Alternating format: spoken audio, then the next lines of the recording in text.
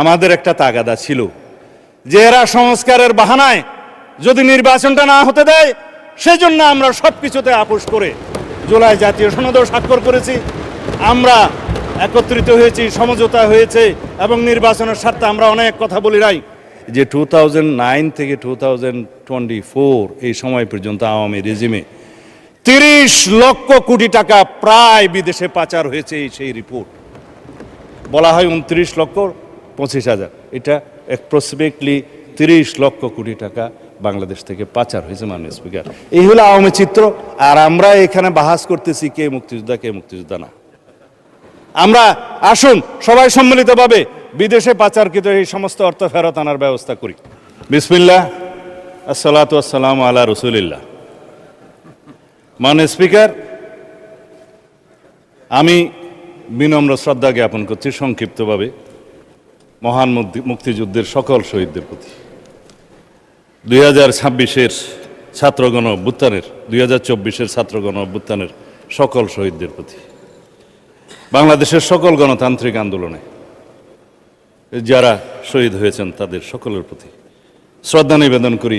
শহীদ রাষ্ট্রপতি জিয়াউর রহমানের প্রতি, যিনি এদেশের মহান স্বাধীনতার মহান ঘোষক। শ্রদ্ধা নিবেদন করি দেশনেত্রী বেগম খালেদা জিয়া, যিনি গণতন্ত্রের মা এবং আপসহীন দেশনেত্রী খেতাব পেয়েছেন। আমি সকল জাতীয় নেতৃবৃন্দের প্রতি শ্রদ্ধা নিবেদন করি যারা বাংলাদেশের মুক্তিযুদ্ধের প্রাক্কালে এই দেশের স্বাধীনতার জন্য সংগ্রাম করেছেন, ভূমিকা রেখেছেন। আমি আজকে নতুন করে আবিষ্কার করলাম আমাদের মাননীয় সংসদ সদস্য জনাব আব্দুল্লাহ মাহমুদ তাহের, শিশু মুক্তিযোদ্ধা। তাকে আমি স্বাগতম জানাই। আমাদের সম্মানিত, আমি সবাইকে সম্মান প্রদর্শন করতে কসুর করি না মাননীয় স্পিকার। আমাদের মাননীয় বিরোধী দলীয় নেতা নিজেকে শহীদ পরিবারের সন্তান দাবি করেন, সেটা আমার ভালো লাগে। কয়েকজন মুক্তিযোদ্ধাও ওই পারে আছে। আজকে ইতিহাসের একটা ফয়সালা করে দেওয়ার মতো একটা বিষয় আমি মনে রেখেছি, যদি সময় পাই এটা নিয়ে আর কখনো বিতর্ক হওয়া ঠিক হবে না। মাননীয় স্পিকার, মহামান্য রাষ্ট্রপতির ভাষণের উপর যেহেতু বক্তৃতা রাখছি, ধন্যবাদ প্রস্তাবের উপরে মহামান্য রাষ্ট্রপতিকে ইনস্টিটিউশনের প্রধান হিসেবে ধন্যবাদ এই জন্যই জানাই যে 2024-এর 5ই আগস্ট থেকে 8ই আগস্ট পর্যন্ত এই রাষ্ট্রে সরকারবিহীন অবস্থায় যে রাষ্ট্রের অভিভাবকের ভূমিকা পালন করেছেন, সেই জন্য সেই 5ই আগস্ট থেকে 8ই আগস্ট পর্যন্ত প্রধানমন্ত্রী তৎকালীন ফ্যাসিস্ট শেখ হাসিনা পালিয়ে গেছে, পার্লামেন্ট ডিজলভ হয়েছে, মন্ত্রিপরিষদ নাই এবং 106 কনস্টিটিউশনের অ্যাডভাইজারি রোলের বিপরীতে প্রেসিডেন্ট অ্যাডভাইস চেয়েছেন সুপ্রিম কোর্টের কাছে, যার অনুবলে ইন্টারিম গভর্নমেন্ট সৃজন হয়েছে, কিন্তু কোনো টাইম লিমিট দেওয়া ছিল না। তারও একটা কারণ ছিল, চিফ জাস্টিস এবং অ্যাপিলেট ডিভিশন পদত্যাগ করেছে। সেই রকম একটা অবস্থায় এই রাষ্ট্রের অভিভাবকের ভূমিকা হিসেবে তাকে দায়িত্ব পালন করতে হয়েছে। সেই জন্য ধন্যবাদ জানাই।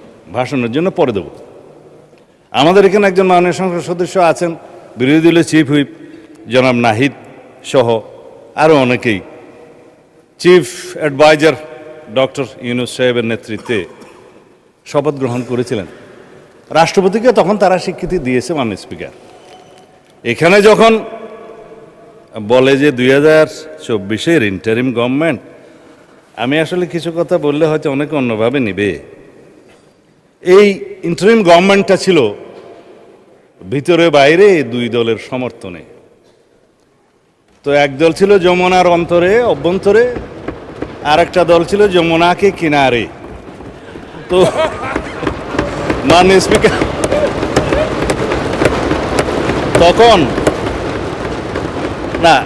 তখন তারা এখন বলতে পারে যে আগে কি সুন্দর দিন কাটাইতাম, এখন নাই। আমি এই ভাষায় বলতে চাচ্ছি না, আগে যা ভালো ছিল তা হঠাৎ করে এখন মন্দ হলো কিভাবে, এটা স্ববিরোধিতা। মাননীয় স্পিকার, এর বেশি বলতে চাই না। আমার নতুন দলের নতুন বন্ধুরা নতুন বন্দোবস্তের নতুন রাজনীতি করছে, পুরানো বন্দোবস্তের আদলে জুলাই যোদ্ধারা আওয়ামী যোদ্ধার সাথে সাক্ষাৎ মোলাকাত করতে যায় চট্টগ্রামে, আমি বলতে চাচ্ছি না, এটা আমার বলা ঠিকও না।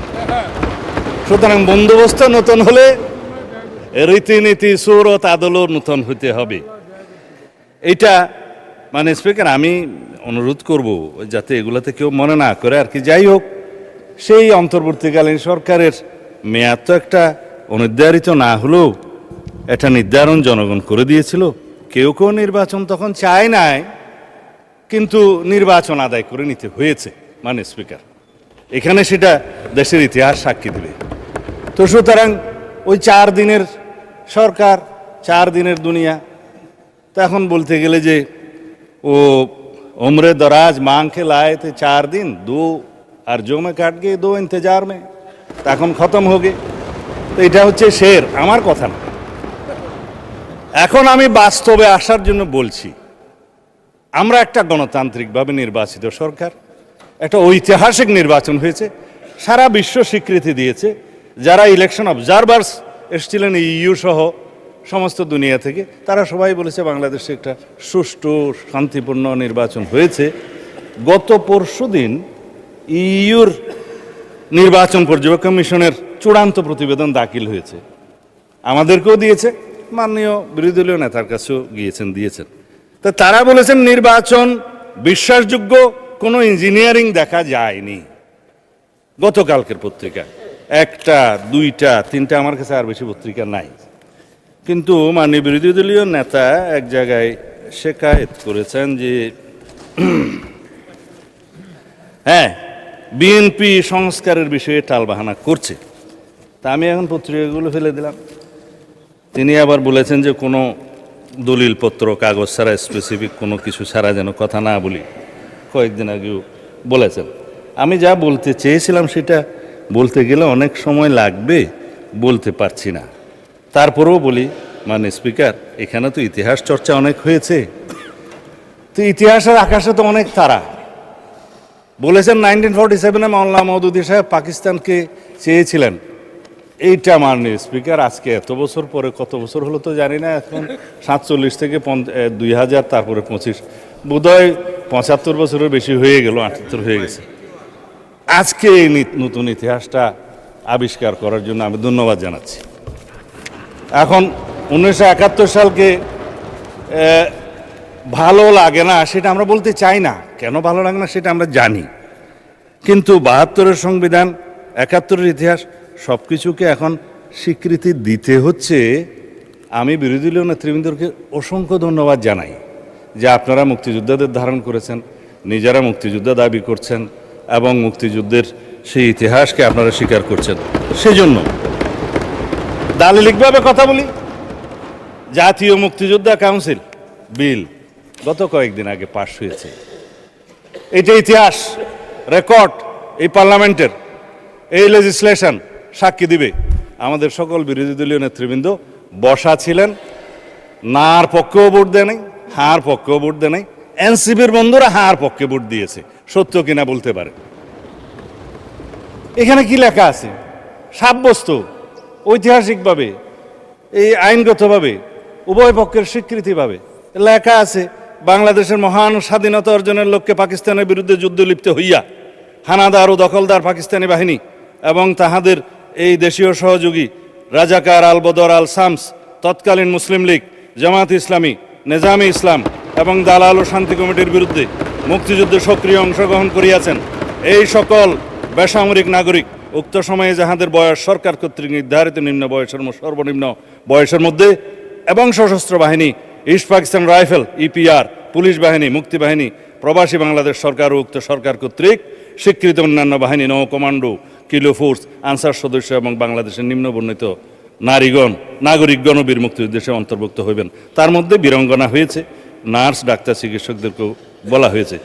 এটার নাম হচ্ছে বীর মুক্তিযোদ্ধার ডেফিনিশন। ইতিহাস সাব্যস্ত হয়ে গিয়েছে, সম্মত হয়েছে। এটা নিয়ে যেন আর কখনো বিতর্ক আমরা না করি জাতীয়ভাবে, এই অনুরোধ থাকলো। বিভক্তি আর চাই না, স্বীকৃত দলিল। মুক্তিযুদ্ধের ডেফিনিশনে কি বলা হয়েছে? 1971 খ্রিস্টাব্দে 26 মার্চ থেকে 16 ডিসেম্বর পর্যন্ত একটি স্বাধীন গণতান্ত্রিক রাষ্ট্র হিসাবে বাংলাদেশের জনগণের জন্য সাম্য ও মানবিক মর্যাদা ও সামাজিক ন্যায় বিচার প্রতিষ্ঠার আকাঙ্ক্ষায় হানাদার ও দখলদার পাকিস্তানি সশস্ত্র বাহিনী এবং তাহাদের সহযোগী রাজাকার আল বদর আল শামস তৎকালীন মুসলিম লীগ, জামাত ইসলামী, নিজাম ইসলাম এবং দালাল ও শান্তি কমিটির বিরুদ্ধে পরিচালিত যুদ্ধ, যাহার নাম মুক্তিযুদ্ধ সাব্যস্ত হয়ে গিয়েছে। ফেলে দিলাম মাননীয় স্পিকার, আর কখনো কথা বলার প্রয়োজন নাই। এখন বাংলাদেশের ইতিহাস নিয়ে যদি আমি কথা বলি 1971 থেকে 2026 পর্যন্ত, এগুলো অনেক কথা ঘাটাঘাটনি হবে। অনুরোধ করেছেন আমরা যেন ওইদিকে না যাই। আমি বিস্তারিতভাবে বলবো না, সম্মত হয়েছি। কিছু কথা রেকর্ডে না রাখলেই নয়, সেজন্য স্পিকার, আমি কি এখানে কাউকে জাতীয় বেঈমান বলতে পারি? এটা অসাংবিধানিক হবে। হ্যাঁ, ঠিক আছে, আমি চাইলে আওয়ামী লীগকে জাতীয় বেঈমান বললাম না 1986 সালে, এবং তাদের যে সহযোগী হিসাবে, সহযোদ্ধা বা হামসফর হিসাবে ইলেকশনে যারা গিয়েছিল, তাদেরকে আমি কিছু বলতে চাই, এটাও আমার বলা ঠিক হবে। এখন আসি স্পিকার, এই সংসদে কথা বলবো বলে ইমোশনাল একটু বক্তৃতা দেই। কত কাল অপেক্ষা করেছি। আমার ক্ষেত্রে সেটা 19 বছর, আপনার ক্ষেত্রে কত বছর জানেন? 19 বছরই হবে।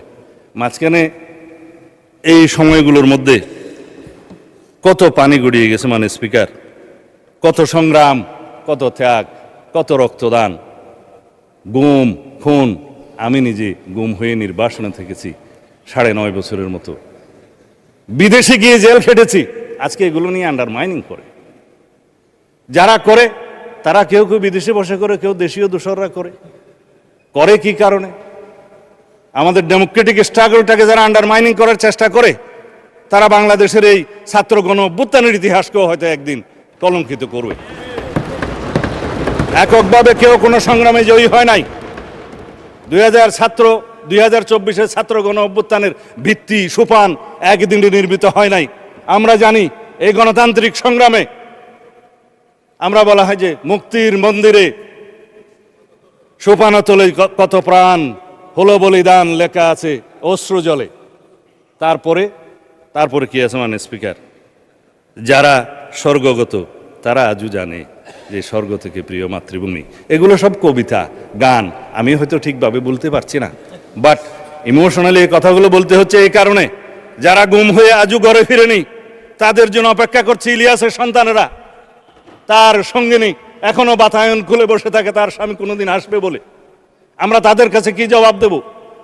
আমার স্ত্রী সন্তানরা যেমন একটা আমার অনিশ্চিত জীবনের সময় অপেক্ষা করেছে, আমি বুঝি সেই ব্যথা। আর কেউ বুঝুক বা না বুঝুক, কবরের মতো একটা জায়গায় 5 ফিট বা 10 ফিটের জায়গায় ছিলাম। আমাদের এখানে আরও অনেক সহপাঠী আছে, সহকর্মী আছে, যে ব্যারিস্টার আরমান আছে, আর অনেকে আছে যারা সেই গুমের শিকার হয়েছে, যারা ফাঁসির কাস্টে ছিল। তাদেরকে কি জবাব দেব?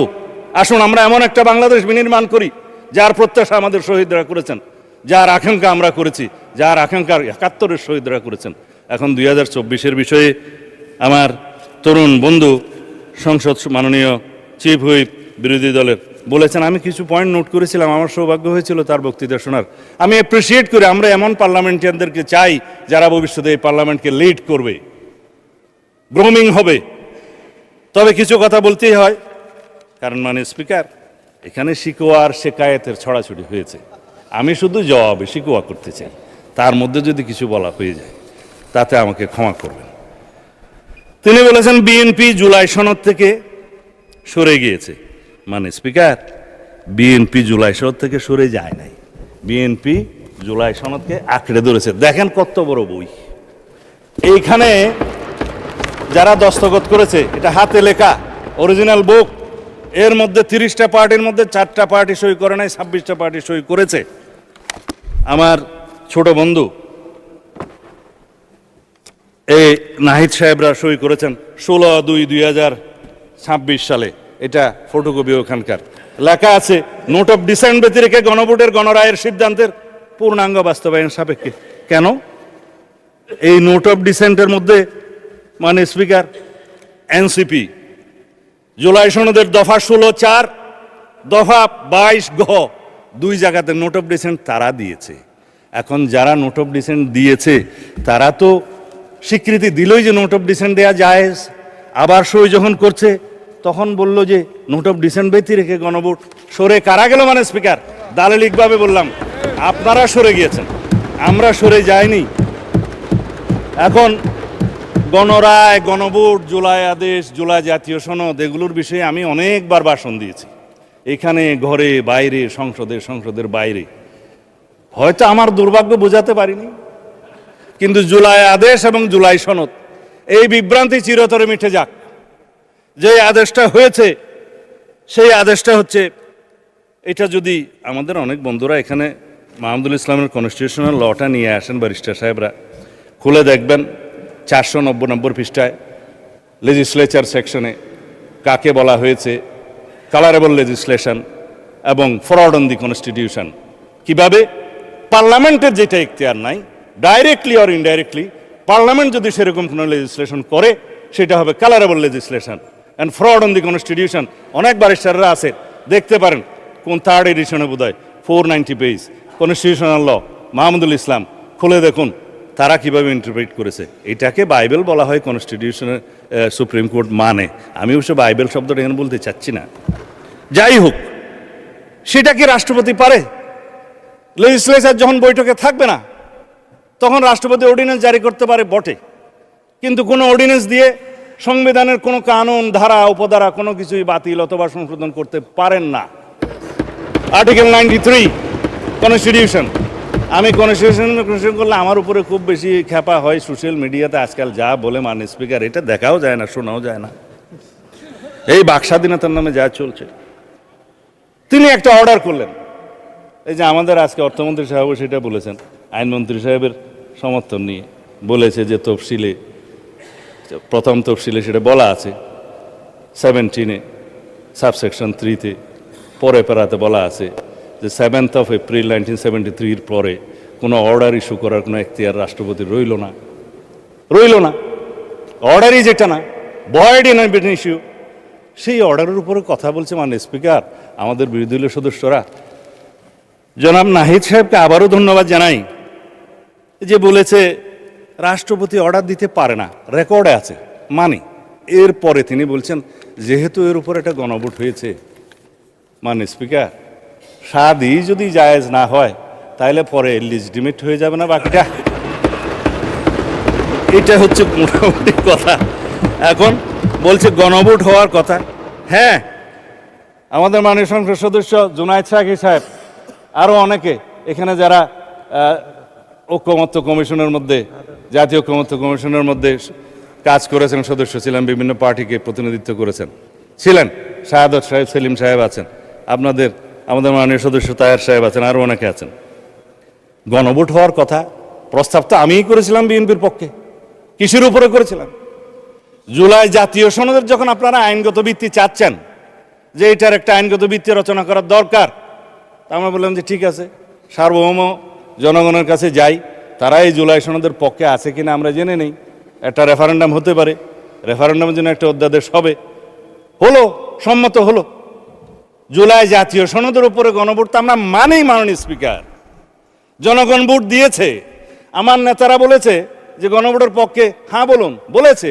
কারণ এই জুলাই জাতীয় সনদ স্বাক্ষরিত হওয়ার পরে হঠাৎ করে একটা নাজিল করলো যে জুলাই জাতীয় সনদ উইদিন ব্র্যাকেট সংবিধান সংস্কার আদেশ নামে একটা জিনিস, না বাস্তবায়ন আদেশ 2025 11 নভেম্বর সম্ভবত, কোথায় গেল বইটা, যাই হোক। এখন হ্যাঁ, এইটা হচ্ছে 13 নভেম্বর 2025। এইটা নাজিল হলো মাননীয় স্পিকার, কেউ বলেও নাই, সম্মতও হয় নাই, আলোচনাও হয় নাই। তো সেই জন্যই আমি রাষ্ট্রপতিকে জিজ্ঞেস করছিলাম, মাননীয় রাষ্ট্রপতি এই আদেশকে আপনি জারি করতে পারেন? তার উপর অনেকে ট্রল করেছে, তিনি বলেছেন যে আমি তো পারি না, আমাকে পারাচ্ছে, সেই জন্য অনেক ট্রল হয়েছে তো তাই। এখন কথা হলো, যিনি ইস্যু করছেন তিনি কেন ইস্যু করলেন, সেই প্রশ্ন তাকে করেছি। এবং এই আদেশের পরে যেই গণভোট অধ্যাদেশটা দেয়া হলো, সেই গণভোট অধ্যাদেশ, আমরা তো গণভোটের জন্য অধ্যাদেশটা মানি, কিন্তু গণভোটের অধ্যাদেশের মধ্যে কি কখনো মানে স্পিকার এই রকম তফসিল দিতে পারে?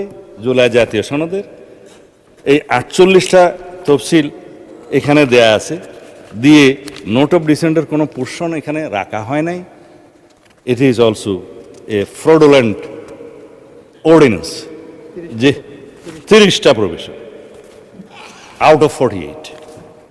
এখানে বলা হচ্ছে মাননীয় স্পিকার 4টা প্রশ্ন দেয়া হলো, সেই প্রশ্নগুলো 3 নম্বর সেকশনে আছে।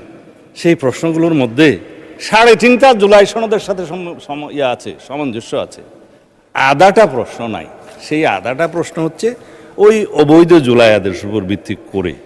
এখন যেটা প্রথম থেকেই অবৈধ, ভয়েড ইন এবিনিসিউ, এবং সেই জিনিসটার উপরে কোনো রকম সম্মতি ছিল না, রাজনৈতিক সমঝোতা ছিল না, জুলাই জাতীয় সনদের যে স্বাক্ষরিত দলিল তার সাথে কোনো মিল ছিল না, এবং সেই এরকম একটা আদেশ কিভাবে অন্তর্বর্তীকালীন সরকার করতে পারে মাননীয় স্পিকার? এবং সেই প্রেসিডেন্টের কি ক্ষমতা আছে?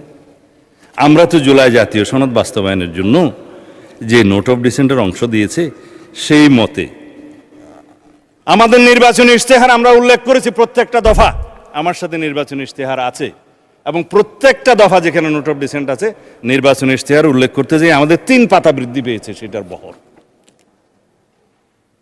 তারপরে জনগণের কাছে আমরা গিয়েছি, সেই ম্যানিফেস্টোর উপর আমাদেরকে 51% ভোট দিয়েছে।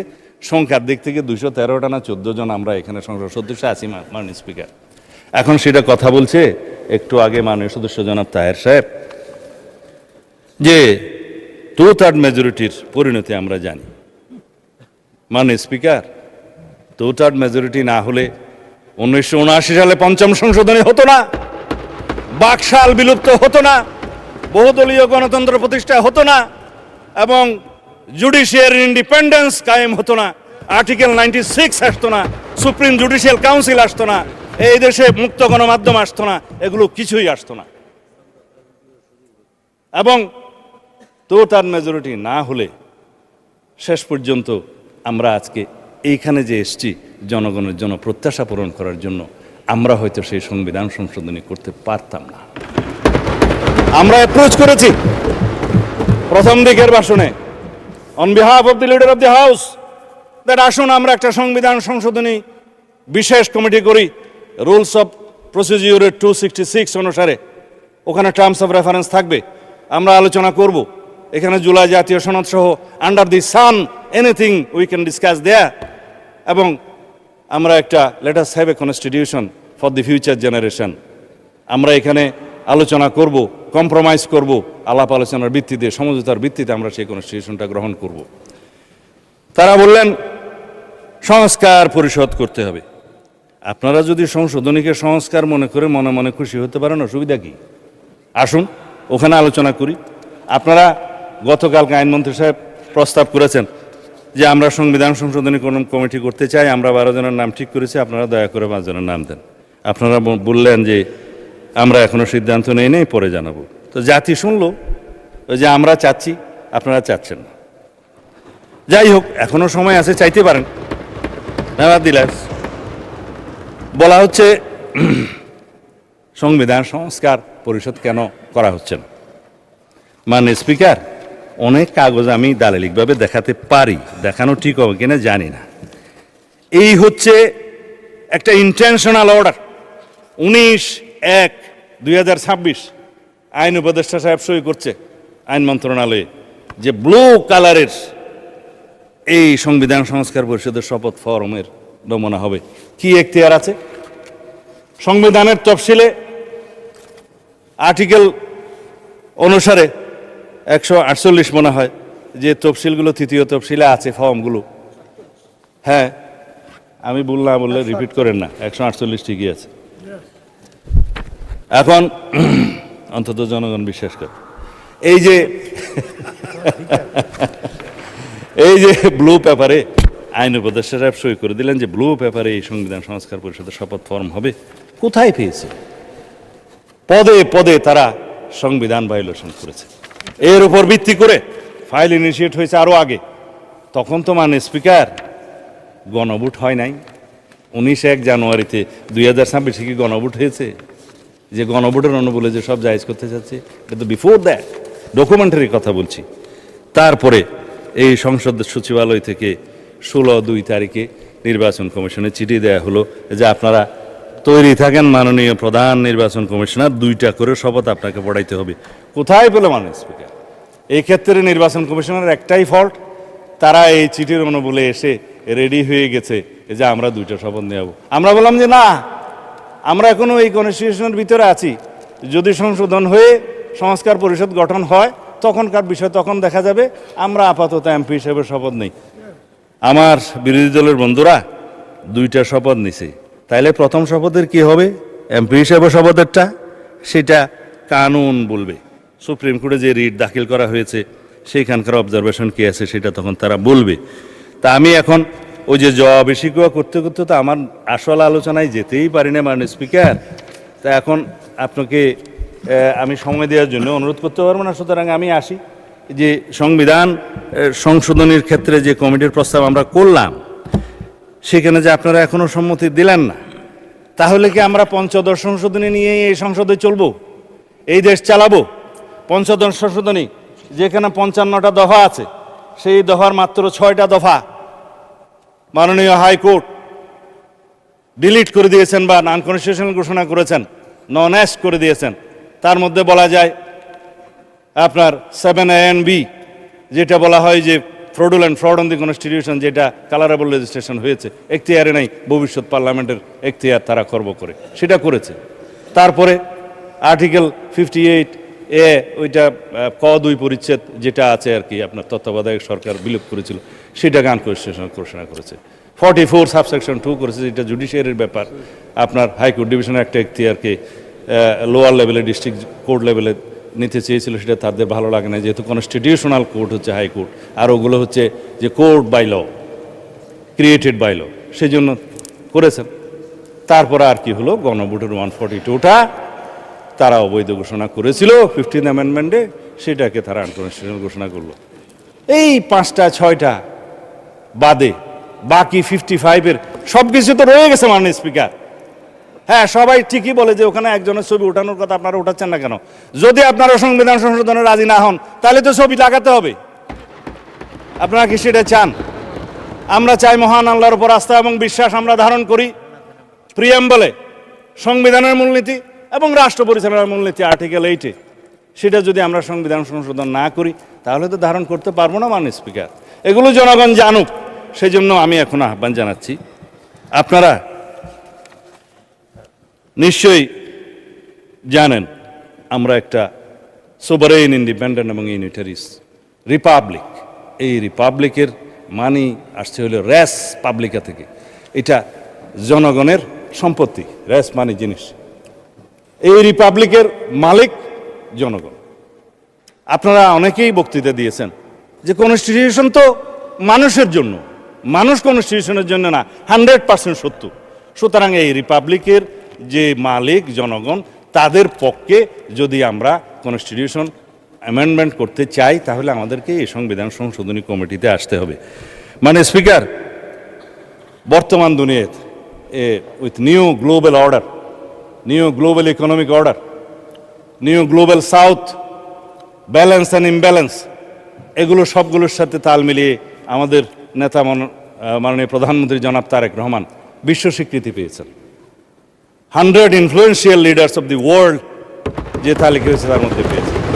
আমরা তার নেতৃত্বে আছি, আমরা পেয়েছি তার কাছ থেকে এ প্ল্যান। তিনি বলেছেন আই হ্যাভ এ প্ল্যান, আমরা সবাই বলি উই হ্যাভ এ প্ল্যান। সেই প্ল্যান কি এবং সেই প্ল্যানের বাস্তবায়ন কি জাতি দেখতে শুরু করেছে মাননীয় স্পিকার। বিএনপি প্রতিশ্রুতি দেয়, বিএনপি প্রতিশ্রুতি রাখে। বিএনপির ইতিহাস 1971 সালের ইতিহাস, মহান স্বাধীনতার ঘোষক শহীদ রাষ্ট্রপতি জিয়াউর রহমানের। বিএনপির ইতিহাস 7ই নভেম্বরের ইতিহাস, এই দেশের সংবিধান এবং এই রাষ্ট্রকে রক্ষা করার ইতিহাস। বিএনপির ইতিহাস 1979 সালে বহুদলীয় গণতন্ত্র প্রতিষ্ঠার ইতিহাস। বিএনপির ইতিহাস 1991 সালের এই দেশের সংসদীয় রাজনীতি প্রবর্তনের ইতিহাস। বিএনপির ইতিহাস 1996 সালে তত্ত্বাবধায়ক সরকার পদ্ধতি প্রতিষ্ঠার ইতিহাস। বিএনপির ইতিহাস 1990, 2024-এর ছাত্র গণ অভ্যুত্থান এবং গণ অভ্যুত্থানের মধ্য দিয়ে এই দেশের বারবার গণতন্ত্রকে রক্ষা করার ইতিহাস। মাননীয় স্পিকার, সময় তো চলে গেল, মাগরিবের আজান পর্যন্ত অন্তত যাই, আপনি তো গরিব বিচাই দিতে পারেন। মাননীয় স্বরাষ্ট্রমন্ত্রী, আর 11 মিনিট পরে আজান হবে। তো ওই যে ঠিক আছে, আমি আন্দাজে বয়ান করবো না মানে স্পিকার, আর তারপরে আপনি 10 মিনিটের মধ্যে শেষ করে দেন। ঠিক আছে, মাচ অবলাইজ। যাই হোক, মানে স্পিকার, আজকাল সামাজিক যোগাযোগ মাধ্যমে যা চলছে বাক ব্যক্তির স্বাধীনতার নামে, সেটাকে যদি নিয়ন্ত্রণ করা না যায়, আমরা যদি নিজে নিজে নিয়ন্ত্রণ না হই, এই জাতিকে আমরা কোথায় নিয়ে যাব জানি না। কিছু আছে বিদেশে, কিছু আছে দেশে, কিছু আছে ঘরে। এখানে আমরা freedom of speech and freedom of press বলে কথা থাকে, এটাও আর্টিকেল 39 বিবৃত আছে। But it is subject to reasonable restriction imposed by the law in the greater interest of the state and public order. আরও কিছু কিছু আছে। তো সেই রিজনেবল রেস্ট্রিকশনটা তো কোর্ট দয়া করে বলতে পারে। আমরা আইন মন্ত্রণালয়কে, সংসদ বিষয়ক মন্ত্রীকে বলতে পারি যে এই রেস্ট্রিকশনগুলো কি আমরা এনাক্টমেন্টে আনতে পারবো? না হলে পিতার সাথে কন্যাকে জড়িয়ে, মাননীয় প্রধানমন্ত্রীর স্ত্রী কন্যাকে সহ জড়িয়ে যেভাবে বাংলাদেশে এই স্বাধীনতার নামে যেভাবে কুৎসিত কলঙ্কিত ধারা হচ্ছে, এটা বেশি দূর এগোতে পারবে না মাননীয় স্পিকার। আমরা পারবো না, আমাদের কালচারটা নষ্ট হয়ে যাবে, সামাজিক সোশ্যাল হারমোনি নষ্ট হয়ে যাবে, রিলিজিয়াস হারমোনি নষ্ট হয়ে যাবে, আমাদের এখানে অনেক কিছু অনাচার হবে। সেই জন্য অনেক সময় মাননীয় স্পিকার আমরা বলি যে আমরা তো কাউকে উল্লু ডাকতে পারি না এই মহান সংসদে, পারি না। কিন্তু এখন যে পরিমাণে দেখছি আবারও যে বরবাদ গুলিস্তা के लिए एक ही उल्लू काफी है, तो अभी घर घर बोले जे अगर हर शाख पे उल्लू बैठे है तो अंजाम गुलिस्ता क्या होगा। এখন যেভাবে ঘরে ঘরে আমরা এগুলাকে দেখছি দেশে বিদেশে, আমি নাম নেব না, অনেক ইউটিউবার এটা সেটা আছে মাননীয় স্পিকার, মনে হয় যেন পৃথিবীর একমাত্র বাক স্বাধীনতা তাদের আছে আর আমরা এখানে সব নিরহ জনগণ। কাউন্টার করলে বলে যাবে যে এটা বলেছে, আরো গালিগালাজ শুরু হবে। গালিগালাজের প্রতিযোগিতায় যদি মাননীয় স্পিকার কেউ চ্যাম্পিয়ন হতো, দেশে বিদেশে অনেকেই আছে, নাম বলবো না। যাই হোক, এখন আমি অনুরোধ করবো আমার নবীন বন্ধুদের, ৭১-এর চেতনা বিক্রি করতে করতে একটা দল নিঃশেষ হয়ে গিয়েছে, পালিয়ে যেতে বাধ্য হয়েছে। আমরা সবাই জুলাইয়ের চেতনাকে যেন রাজনৈতিক ব্যবসা হিসেবে ব্যবহার করি। জুলাই আমাদের সবার, জুলাই আমাদের চেতনা, কিন্তু আমরা নেব স্পিরিটটা। জুলাই কি চেয়েছিল, আমাদের শহীদরা কি চেয়েছিল, আমাদের ছাত্রগণ অভ্যুত্থানের মূল স্পিরিট কি ছিল, এটাকেই আমরা ধারণ করি। কিন্তু কৃতিত্বকে যেন আমরা ধারণ না করি। আমরা কেউ কৃতিত্ব নেব না। এই দেশের সকল জনগণ যারা ফেসিবাদ বিরোধী গণতান্ত্রিক আন্দোলনে অংশগ্রহণ করেছে দীর্ঘ ধারাবাহিক প্রক্রিয়ায়, সেই 2009 থেকে 2024 পর্যন্ত এই রক্তের সমান মাটি দিয়ে যারা এসেছে, সবাই এর কৃতিত্বের দাবিদার, আমরা কেউ না। আমরা হয়তো কেউ কখনো সেই ধারাবাহিকতায় গুম হয়েছি, ফাঁসির কাস্টে গিয়েছি, কেউ আজও পর্যন্ত ফিরে আসে নাই, সবাই আমরা ভাগিদার। সুতরাং আমি বলবো, আমরা এই যে ইলেকশন ইঞ্জিনিয়ারিংয়ের কথা বললাম, এই জাতীয় বক্তব্য যেন আমরা না দিই, যেটা ইন্টারন্যাশনালি অ্যাকসেপ্টেড, সেই হিসাবে যেন আমরা যাই। আমি একটা বিষয় ভুলে যাচ্ছি, আমরা এই শোকের দিনে নিজেরা বোধহয় আওয়ামী লীগের সময় নির্যাতনের, নিপীড়নের, লুটপাটের কাহিনী সবাই ভুলে যাচ্ছি মাননীয় স্পিকার। নিজেদের মধ্যে আমরা মুক্তিযোদ্ধা, অমুক্তিযোদ্ধা, ৭১, ৭২ করতে করতে আমরা যেন সেই স্মৃতি বিস্মৃত হয়ে যাচ্ছি, সেটা যেন আমরা না বলি। ক্ষুদ্র একখান কাগজ নিয়ে এসেছি মাননীয় speaker, state of the state economy, white paper on state of the Bangladesh economy since 2009 to 2023. It is made by and headed by Debapriya Bhattacharya, আপনারা জানেন রিনাউন্ড ইকোনমিস্ট। একটা শ্বেতপত্র সেল করেছিলেন ইন্টারিম গভর্নমেন্টের সময়। কি বলেছে তারা আওয়ামী লীগের সময়ের এই কাহিনী, শুধু আর্থিক লুটপাটের কথা বলছে। Between 2009 and 2023 illicit financial outflows average $16 billion annually, more than double the combined bill of the foreign aid and FDI inflows. এখন বলছে সেগুলো দিয়ে আমরা এই যে having tax exemptions could double the education, আমাদের এডুকেশন ফান্ডকে দ্বিগুণ করা যেত, অ্যান্ড ট্রিপল হেলথ এডুকেশন, 3 গুণ করা যেত স্বাস্থ্য বাজেটের। তারপরে বলছে পাবলিক ইনভেস্টমেন্টের ক্ষেত্রে 70% পর্যন্ত অ্যাভারেজ কস্ট বাড়ানো হয়েছে, ওভার 5 ইয়ার্স টাইম বাড়ানো হয়েছে। এখানে 2,80,000 কোটি টাকা বাংলাদেশের অপচয় হয়েছে মাননীয় স্পিকার। আমাদের ডিস্টর্টেড করেছে সাপ্লাই চেইন এবং পলিটিক্যাল ইনফ্লুয়েন্সে, পলিটিক্যাল কনসিডারেশনে যে সমস্ত লোন দেয়া হয়েছে তার পরিমাণ এত বেশি, বলছে যে 14টা ঢাকা মেট্রো সিস্টেম করা যেত, 24টা পদ্মা ব্রিজ বানানো যেত তা দিয়ে আওয়ামী লীগের ইতিহাসের সময়। লেবার মাইগ্রেশনের মধ্যে দিয়ে over the last ডিকেডস BDT Bangladesh টাকায় 13 লক্ষ কোটি টাকারও বেশি, 1.34 ট্রিলিয়ন, এটা শুধু ফানেলড হয়েছে, সাইফন্ড হয়েছে ফন্ডের মাধ্যমে বিদেশে আওয়ামী লীগের সময়। আর সোশ্যাল সেফটি নেটওয়ার্কের সময় বলেছে বিষয়ে যে ভালনারেবল পিপলের ক্ষেত্রে as per 2022 73% of the social safety net beneficiaries were classified as non-poor. তার মানে আওয়ামী লীগের বিবেচনায় যারা যারা দরিদ্র তাদেরকে সোশ্যাল সেফটি নেটওয়ার্কের মধ্যে নিয়ে আসছে, অর্থাৎ ধনীরা এই সমস্ত সেফটি নেটওয়ার্কের মধ্যে ছিল। এই হয়েছে একটা টোটাল করাপশনের চিত্র। মানে স্পিকার, এর বেশি বলবো না, শুধু এখানে একটা মুদ্রা লাইন যে 2009 থেকে 2024 এই সময় পর্যন্ত আওয়ামী রেজিমে 30 লক্ষ কোটি টাকা প্রায় বিদেশে পাচার হয়েছে। সেই রিপোর্ট বলা হয় 29,25,000, এটা অ্যাপ্রক্সিমেটলি 30 লক্ষ কোটি টাকা বাংলাদেশ থেকে পাচার হয়েছে মাননীয় স্পিকার। এই হলো আওয়ামী চিত্র। আর আমরা এখানে বাহাস করতেছি কে মুক্তিযোদ্ধা কে মুক্তিযোদ্ধা না। আমরা আসুন সবাই সম্মিলিতভাবে বিদেশে পাচারকৃত এই সমস্ত অর্থ ফেরত আনার ব্যবস্থা করি। আজকে শুনে আরো খুশি হয়েছে মাননীয় স্পিকার যে বলে যে আমরা তো বিরোধী দল না। হ্যাঁ, আপনারা বিরোধী দল, আপনারা সরকারি দলে আসার জন্য কসরত করবেন, এটাই হচ্ছে নিয়ম, এটাই পার্লামেন্টের রীতি। তবে আমি জেনে আরো খুশি হয়েছি যে আপনারা শ্যাডো মিনিস্ট্রি করেছেন, ছায়া মন্ত্রিসভা করলে মাননীয় স্পিকার দুইটা লাভ। একটা হলো যে দায়িত্ববোধ বাড়ে, আরেকটা হলো যে উজিরে খামকা অথবা মন্ত্রী ভাবের একটা সুখ পাওয়া যায়। তো আমি অভিনন্দন জানাই যে আসুন আমরা শ্যাডো মিনিস্ট্রি হিসেবে আপনারা ডিক্লেয়ার করুন। কাউন্টার পার্ট হিসাবে আমার বিপরীতে মনে হয় আমার সোজাসুজি আছে হোম মিনিস্টার সাহেব শ্যাডো। আমরা পরস্পর তথ্য বিনিময় করব, আমরা যোগাযোগ রাখবো, কথা বলব। তবে না, আমি আপনাকে হোম মিনিস্টার খেতাব দিছে, সুখী হওয়া দরকার। তো যাই, মানে স্পিকার ব্যাংকের বিষয়ে কথা বলে যে না আমাদের কোনো ব্যাংক ট্যাঙ্ক নাই, কিন্তু আবার যখন কথা বলছে তার মধ্যে আবার কৃতিত্ব অন করছে যে কিছু সংখ্যক লোক করেছে, সেটা কৃতিত্ব নিয়েছে এসে।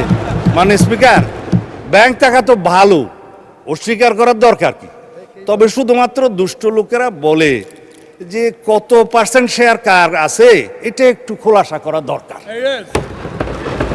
তাহলে পরে এই যে ব্যাংক দখল হয়েছে মাননীয় স্পিকার ইন্টারিম গভর্নমেন্টের সময়, ব্যাংক দখল হয়েছে আওয়ামী লীগের সময়, দখল হয়েছে, স্টাইলটা একটু ভিন্ন ছিল মাননীয় স্পিকার। কেউ সরকারি ইন্টেলিজেন্স ব্যবহার করে হোটেলে ডেকে নিয়ে এসে করেছে, আর কেউ সরাসরি নারায়ে তাকবীর আল্লাহু আকবার বলে নেমে গেছে। স্টাইলটাই ছিল ভিন্ন, দখল হয়েছে মাননীয় স্পিকার। এখন আমি চাই না মাননীয় মন্ত্রী শেষ করেন। আমার সময় কমে যাচ্ছে। যাই হোক মাননীয় স্পিকার, এই সংস্কার না নিয়ে কথা বললে মানুষ আবার আমাকে গালি দিবে। ইন্টারিম গভর্নমেন্টের সময় তিনটা শব্দ খুব বেশি বাজার পেয়েছে, একটা হচ্ছে সংস্কার, আর একটা হচ্ছে বিচার, আর একটা হচ্ছে নির্বাচন। তবে নির্বাচনটা বলেছে যে সংস্কার এবং বিচার সমাপ্ত হওয়ার পরে যদি কোনো সময় হলেও হতে পারে, এইভাবে ছিল নির্বাচনের বিষয়টা। তো সংস্কারের জন্য শ্বেত শুভ্র কেশের আমার কিছু বড় ভাই বুদ্ধিজীবী বিদেশ থেকে অবতরণ হয়েছিল, নাম যেহেতু এখানে উপস্থিত নেই নিতে পারবো না মাননীয় স্পিকার। তারা মাথায় টুপি ভর্তি করে অলৌকিক কিছু সংস্কার নিয়ে দেশে অবতরণ করলে পরে আমরা সংস্কার কমিশনে আলাপ আলোচনা করতে করতে করতে করতে এই জুলাই জাতীয় সনদটা এই পর্যন্ত প্রণয়ন হয়েছে। এখানে একটা বিষয় উঠে এসছে, মনে হয় মাননীয় সদস্য তাহের সাহেবের বক্তৃতার মধ্যে, যে নোট অফ ডিসেন্ট দেওয়ার কথা তো ছিল না সম্মতভাবে। এখানে জুনায়েদ সাহেব বক্তৃতা দিয়েছিলেন যখন 70 অনুচ্ছেদের বিষয়টা প্রথম ডিসাইডেড হয় ঐকমত্য কমিশনের, জাতীয় ঐকমত্য কমিশনের প্রথম দিকের সবাই, তখন সবাই নোট অফ ডিসেন্ট সহ এইভাবে ঐকমত্য হলেন যে দুইটা বিষয়ে সবাই একমত। তবে বিএনপি সহ কয়টা দল আরও মনে করে সংবিধান সংশোধনী এবং জাতীয় নিরাপত্তার বিষয়টি এই 70 অনুচ্ছেদের ভিতরে থাকতে হবে। সেই দিন থেকে ডিসাইড হলো নোট অফ ডিসেন্ট সহকারে জুলাই জাতীয় সনদ প্রণীত হবে এবং নোট অন ডিসেন্ট সহকারে আপনারা স্বাক্ষর করেছেন, এখানে স্বাক্ষর আছে বড় বড় হাতের স্বাক্ষর, আমরাও স্বাক্ষর করেছি। আসুন সেই জুলাই সনদকে বাস্তবায়ন করি।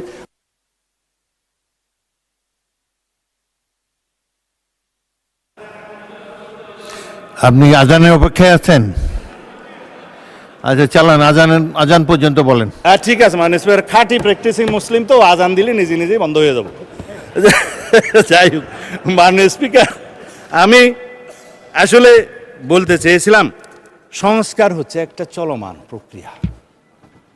এই সংস্কার শহীদ রাষ্ট্রপতি জিয়াউর রহমানের সময় শুরু হয়েছিল, দেশনেত্রী বেগম খালেদা জিয়া এটা টেনে নিয়ে গেছেন এবং জনাব তারেক রহমান এই সংস্কারের প্রস্তাব দিয়েছেন, 71 দফা প্রণয়ন করেছেন। আমরা নির্বাচনী ইশতেহারে সেটা ধারণ করেছি। জুলাই জাতীয় সনদের মধ্যে আমরা অনেক কিছুই পেয়েছি, আবার অনেক কিছুই পাইনি, যেগুলো আমাদেরকে 31 দফার ভিত্তিতে করতে হবে। সংবিধানে অনেক কিছু আনতে হবে, যা আমরা সম্মত হয়েছিলাম জুলাই জাতীয় সনদে সেরকম অনেক বিষয় আসেনি। যেমন সংবিধানে 3টা তফসিল, জনাব শেখ মুজিবুর রহমানের ভাষণ সহ সব কিছু সংবিধান হয়ে গেছে মাননীয় স্পিকার। এগুলো আমাদেরকে তো বিলুপ্ত করতে হবে। পঞ্চদশ সংশোধনীর সমস্ত তফসিলগুলো 5, 6 এবং 7 তফসিলগুলো আমাদের বিলুপ্ত করতে হবে। একমত হয়েছিলাম, সনদে আসে নাই, একটা বাদ গিয়েছে। আমরা একমত হয়েছিলাম এই সমস্ত ছবি টানানোর কার কার যেন একটা বিধান আছে আর্টিকেল 4-এ, সেই ছবি টানানোর বিষয়ে আমরা ছবি বিলুপ্ত করার জন্য ঐকমত্য কমিশনের প্রস্তাব, সংস্কার কমিশনের প্রস্তাবে আমরা একমত হয়েছিলাম। কিন্তু সনদ যখন স্বাক্ষর করলাম তখন ওইটা নাই, বললো যে 2-1টা বামপন্থী দল নারাজ হয়ে গেছে, এটা থাক। তাই বললাম এখানে যদি আপনারা খুশি করার জন্য সনদ স্বাক্ষর করেন তো করতে পারেন, কিন্তু মাননীয় স্পিকার আমাদের একটা তাগাদা ছিল যে এরা সংস্কারের বাহানায় যদি নির্বাচনটা না হতে দেয়, সেজন্য আমরা সব কিছুতে আপোষ করে জুলাই জাতীয় সনদেও স্বাক্ষর করেছি। আমরা একত্রিত হয়েছি, সমঝোতা হয়েছে এবং নির্বাচনের স্বার্থে আমরা অনেক কথা বলি নাই। যখন অবৈধ এই যে আনকনস্টিটিউশনাল এক্সট্রা কনস্টিটিউশনাল অর্ডারটা প্রেসিডেন্ট জারি করলেন, আমরা ফুল বডি স্ট্যান্ডিং কমিটি আমরা প্রেস ব্রিফিং করে গুলশান অফিসে বলেছি যে বিএনপি এবং অন্যান্য আমাদের সাথে যারা আছে যুগপৎ আন্দোলনে, তারা আমরা কেউ জুলাই জাতীয় সনদের বাইরে অন্য কিছু মানতে রাজি না। রেকর্ডেড আছে, ভিডিও আছে, প্রেসে আছে, সব জায়গায় আছে, ঘোষণা আছে। আজান দিয়েছে মাননীয় স্পিকার, আপনাকে ধন্যবাদ। মাননীয় বিরোধী দলীয় সদস্যবৃন্দকে আপনাদের ধৈর্য সহকারে বক্তব্য শোনার জন্য ধন্যবাদ।